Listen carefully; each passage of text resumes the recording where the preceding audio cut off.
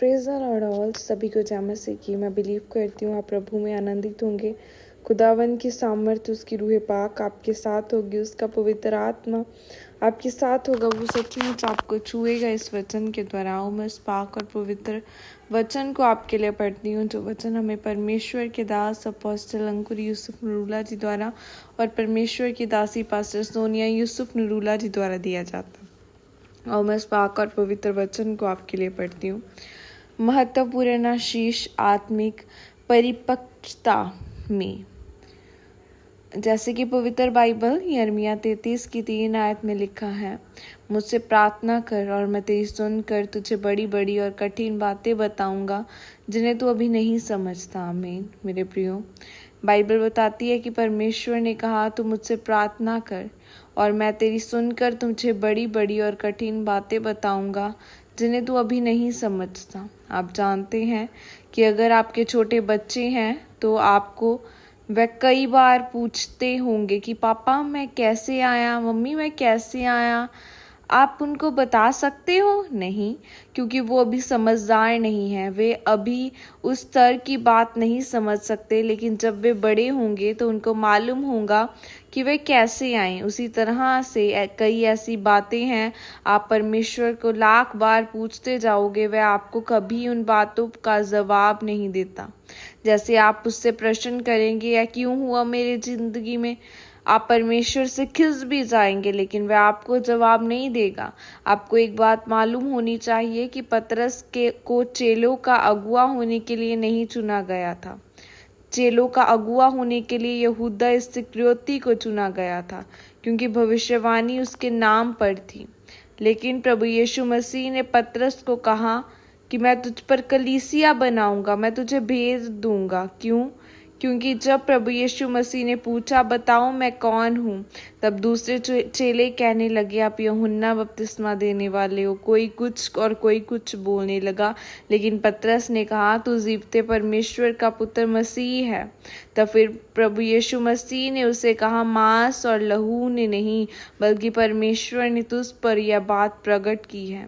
इस बात के कारण पतरस चेलों का अगुआ बना। मेरे प्रियो, आप अपनी जिंदगी में किस कारोबार में सफल होंगे, आपकी व्यवहारिक जिंदगी कैसी होगी, आपकी आर्थिक स्थिति कैसी होगी, आपकी सेवकाई कैसी होगी, यह इस बात पर निर्भर करता है कि आत्मिक परिपक्वता कितनी है। अगर आपकी आत्मिक परिपक्वता यानी संपूर्णता 500 लोगों की है तो परमेश्वर आपको 600 लोग देकर आपको मरवाना नहीं चाहता।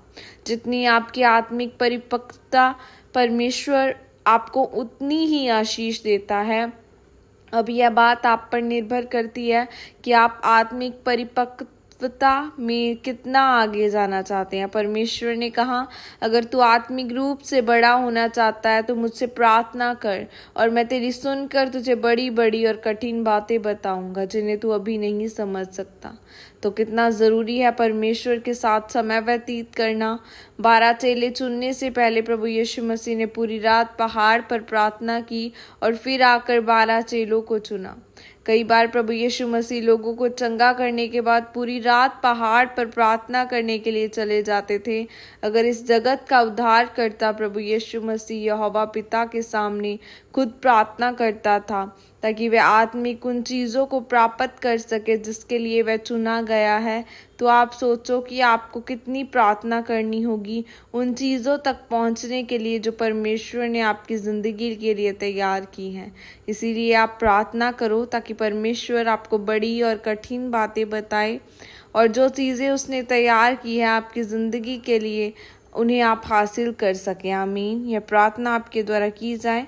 सर्वशक्तिमान परमेश्वर, मैं इस वचन के लिए पिता आपका धन्यवाद करती हूँ और परमेश्वर मैं प्रार्थना करती हूँ कि आप मुझे प्रतिदिन प्रार्थना करने का अनुग्रह दीजिए ताकि मैं आत्मा में परिपक्व हो सकूँ और आपकी महिमा के लिए प्रभु यीशु मसीह के सामर्थ्य नाम में मांगती हूँ। आमीन। हालेलुया।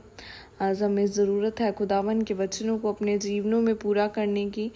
जो खुदावन का वचन हमें सिखाता है, बाइबल के वचन जो बाइबल के वर्सेस हमें दिए गए हैं उनको सीखने की ज़रूरत है, क्योंकि हम देखते हैं कि हमारे प्रभु यीशु मसीह जो खुद दुनिया के उद्धार करता थे वो कभी प्रार्थना करनी नहीं भूलते थे, लेकिन जो आज इंसान है वो अपनी दुनिया की चीज़ों के पीछे भाग रहा है और प्रार्थना करनी ही भूल चुका है। लेकिन हमें ऐसा नहीं करना, पवित्रताई में चलना है, खुदा के पीछे चलो, उसके कलाम को सुनो, देखो बाइबल के वचन क्या कहते हैं आपके लिए। वो आपसे बातें करता है, उसका वचन जीवता है। उसने कहा आदमी शब्द था और शब्द ही परमेश्वर था, और शब्द धारी होके जब आया तो शब्द ही परमेश्वर था, और खुदावन का कलाम ही, खुदावन का जिंदा वचन ही परमेश्वर है। और खुदावन अपने वचन के जरिए अपने बच्चों से बातें करता है। सो पवित्रताई में बने रहें। खुदा आपको बड़ी बरकतें दे। God bless you all. Praise the lord. जय मसीह की सबको।